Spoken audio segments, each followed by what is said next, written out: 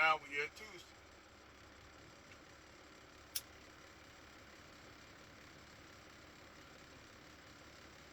As I sit up here at the Vince Lombardi rest area, you know, and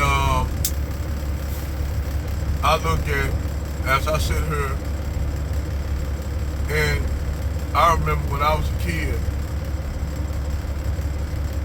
most of the truck drivers you see out here was white. You had a handful of black people out here, black truck drivers. You know, it was a lot, but not like as numerous as it is right now. And as you look at the demographics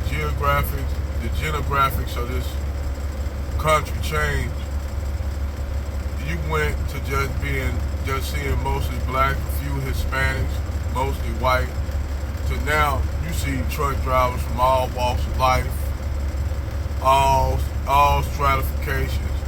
I mean, you got truck drivers from damn near every part in the world, from Asia, from Africa, from Latin America, from South America, Europe, Eastern Europe, Western Europe. You got truck drivers from Australia and the UK driving over here. Drivers from all walks of life, all religious backgrounds, all ethnic groups. I ain't gonna say race because we all one race. We the Terran race. We human. We Terrans. But you got truck drivers from all parts of the globe driving here.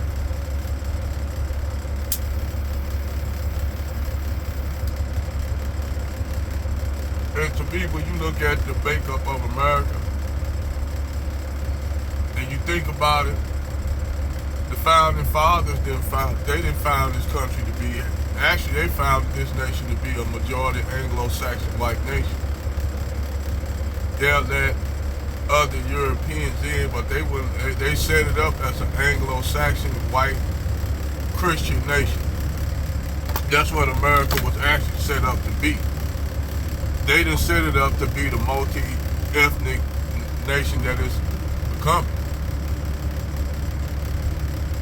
When you look at, like, up here in the East Coast, it used to be a lot of Mexicans up this way. Now you got a lot of Mexicans up this way. So you got, with the Latin population, not only do you got Puerto Ricans, Dominicans, Cubans, El Salvadorans, Guatemalans, you got all kind of Latinos from every Dominican Republic. You got all kind of Latinos living up here in New York. You have all kind of different people from the Middle East, Southeast Asia, Southwest Asia, all call New York this area home.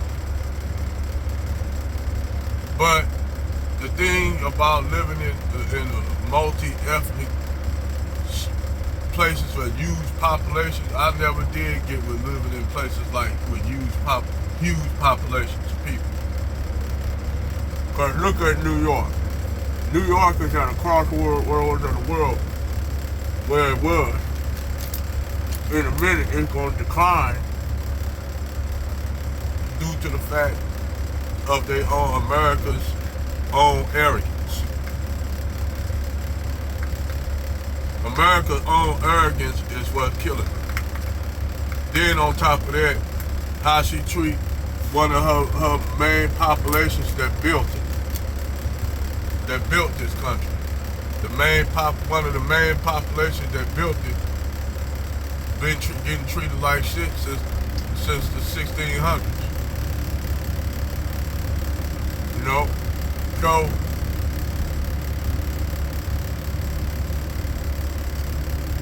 it's an old saying goes that empires rise and fall with the sun. Some empires live up to be old age. Some empires live short ages. Some live just a glimpse of time. But empires eventually will fall. take the longest living empire, two of the longest living empires actually in history. That was the ancient Kemites and the Romans, the Greco-Romans. Well, the Romans. They survived so long that they broke up. They would survive, and they broke up to four kingdoms. You had the Eastern Roman Empire, you had the Western Roman Empire, and the Western Roman Empire collapsed before the Eastern did. But then again, you gotta look at it. The Western Roman Empire was just basically ran through by Germanic tribes that came out of, the Eurasian steppe. Those German tribes were getting pushed. The reason why they was coming into Rome because they were getting pushed by another barbarian known as the Huns. The Huns were chased out of the Warring States period of China. So the Huns tried to invade India under the Guptas, got pushed out by the Guptas. They conquered some parts of it. The Black Huns conquered some parts of it. From there, that's where you get the Gasabids and shit like that. The Rajputs and shit. That's where you get the Rajputs and the Gasabids. But they got pushed out by the Guptas. Guptas pushed them out, and then they went to Rome, Europe. They raised havoc on Iran. They raised havoc on Rome, and eventually they made their way. They got their way to France up under Attila. But they were winning a lot of battles. But eventually, due to the fact that they take hostages, the Romans took Attila. The Huns took Jaskalanides, which was the son of a Roman statesman, the Eastern Roman statesman. So he learned how to fight the Huns. Now this will be very important. This shows you how people need to learn. All that time while Attila was enjoying the lavish lifestyles of the Rome, he would go into the bathhouses, drinking wine, laying up with women and shit like that. His counterpart was learning how to fight a war against the Huns. So when both of them went back to their respective people, he didn't learn nothing, but what Attila learned was, that the Romans, he thought that the Romans just spent their whole lives just drinking wine, hanging in bathhouses, laying with, in brothels and shit with women. He thought they was too lax, and he thought they would be easy to defeat it.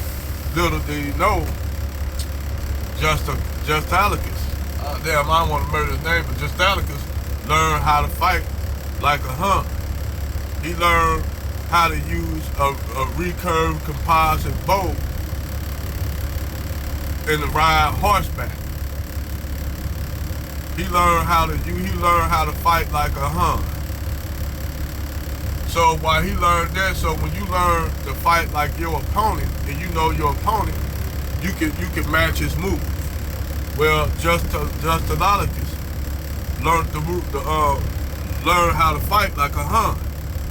So when they met up at the Catalonian Plain, he knew that the Huns were mostly cavalry because they were nomadic people. They were semi-nomadic. They were nomadic people. They moved. They constantly stayed on the move with their herds and sheep, goats, and camels and shit. They stayed on the move like the Mongols that's gonna come before them.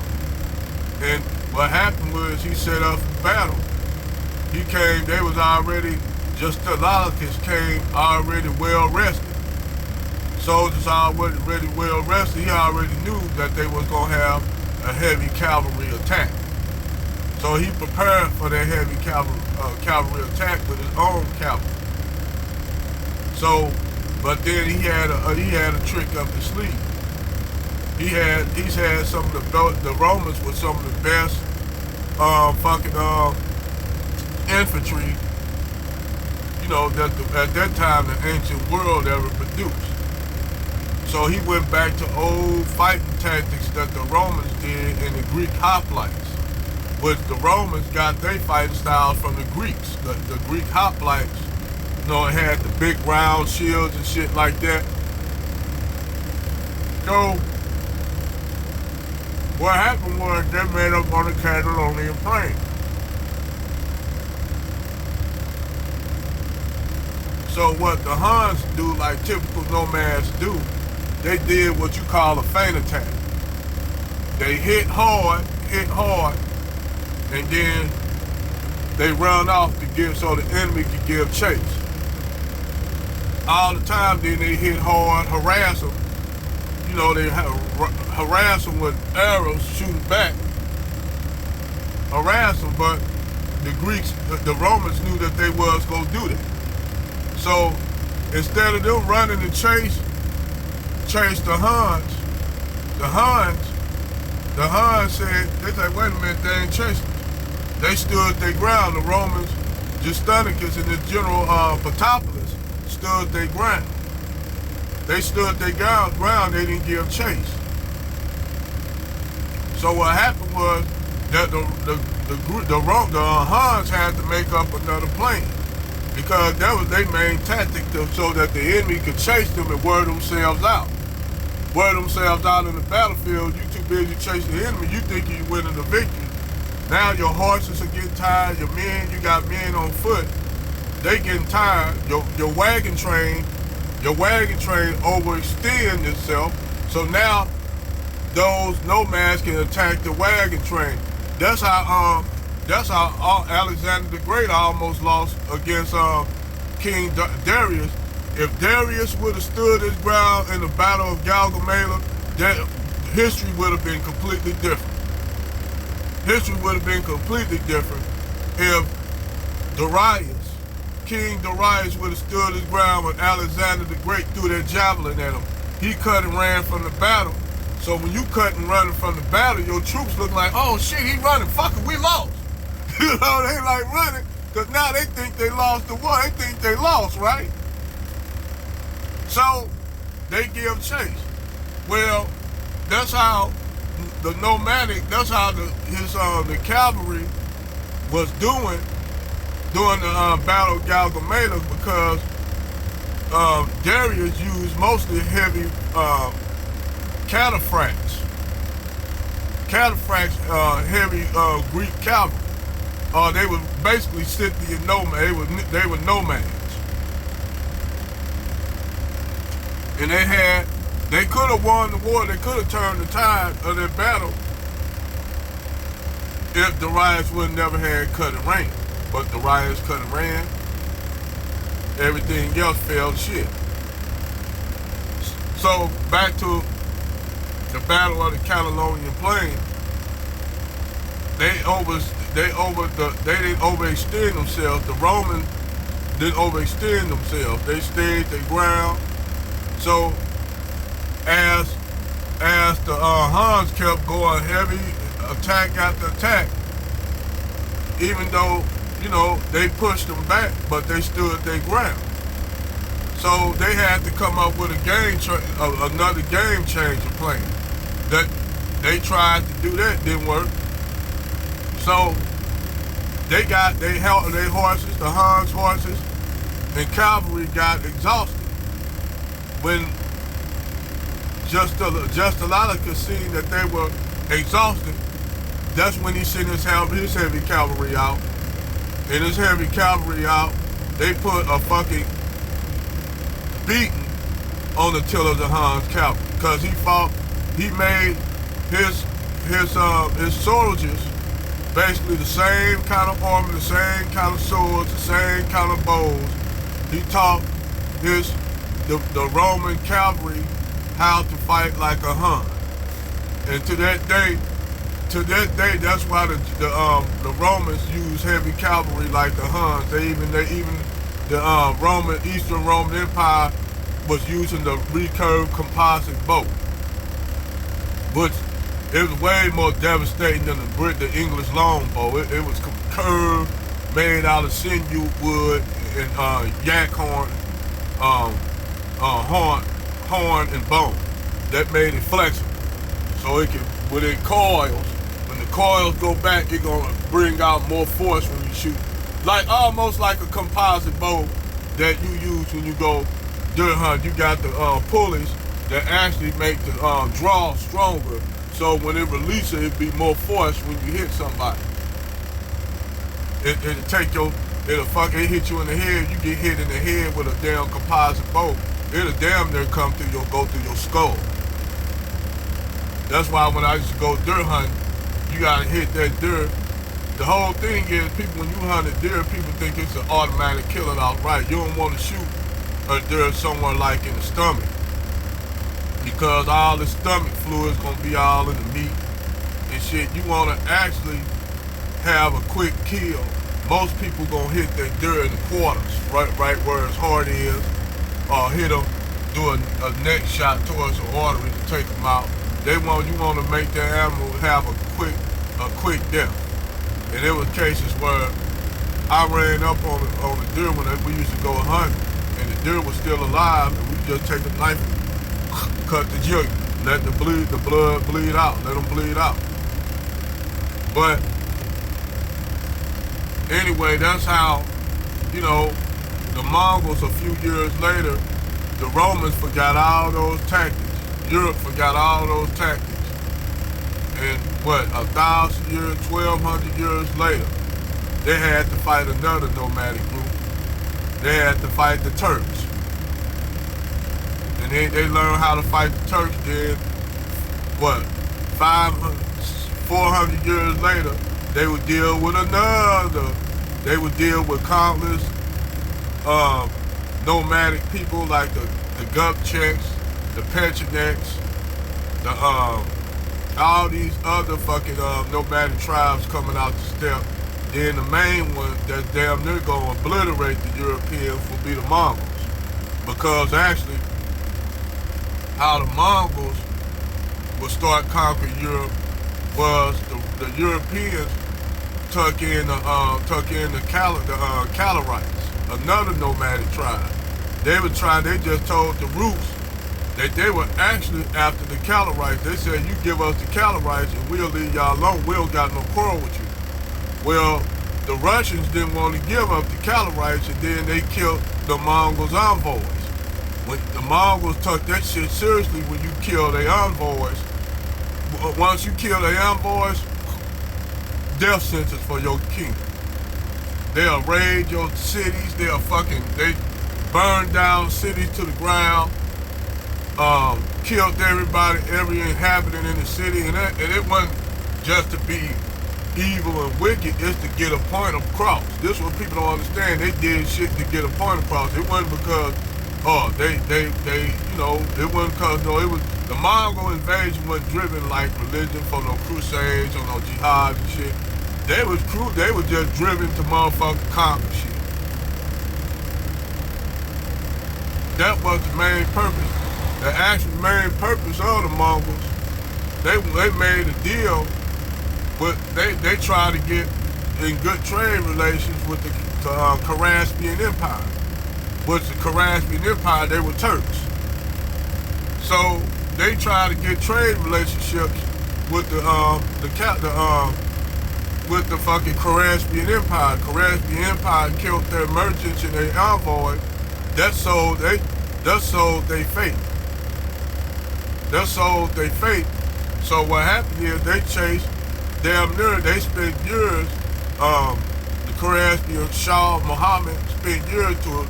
He finally died on an island in the Caspian Sea, the island of Bricktower. He died on the island, so that left his son there.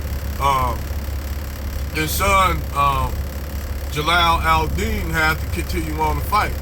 Well, he won a few battles with the Mongols, a few.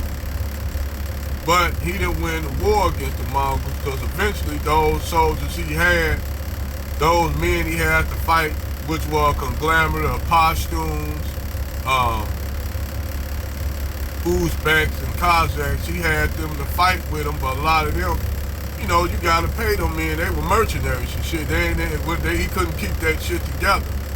So eventually, he was by himself, and then the Mongols were still coming. Well, eventually, they ran into Jalal al-Din and they ran into him in Albania. Not Albania. I'll take that back. They ran into him in Armenia, and the Mongols caught him and killed him in Armenia. That was that. That was the end of the Khazarian Empire. And that actually obliterated the Seljuk. That obliterated the Seljuk because Seljuk was a part of the Khazarian Empire. So that obliterated them, but what was left out of Khazarian, they turned into the Ottoman Turks. So that's a little rundown of history for you. All empires, the Mongols had an empire that was so expansive, land empire that was so expansive, it was stretched as far as damn near as Korea in the east, damn near to Iraq in the west, parts of northern parts of Russia, what they call that part with Ukraine, that part, not the Caspian, by the Caspian Sea, you got the Black Sea and the Aegean Sea. I forgot that land area, what they call that,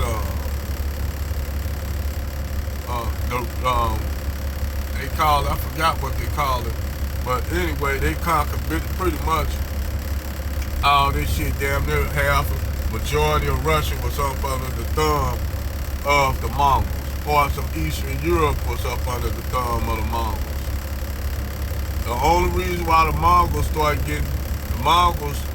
started losing territory is because they kept having secessions and the ill Khanate, all kind of shit. I could get into that another story, but that's my rundown of battle history and the empires, how empires rise and fall with the sun. And America is no exception. And America only been around for 400 years. You know, if they would have did everything right, what they supposed to do, and their leaders would have succumbed to greed and corporate greed and shit like that, America would have probably been still great. But you know, that all the shit they doing to destroy America, that's all in the plan. The globalists was just itching to destroy America because America represents something that it wasn't supposed to represent. Oh.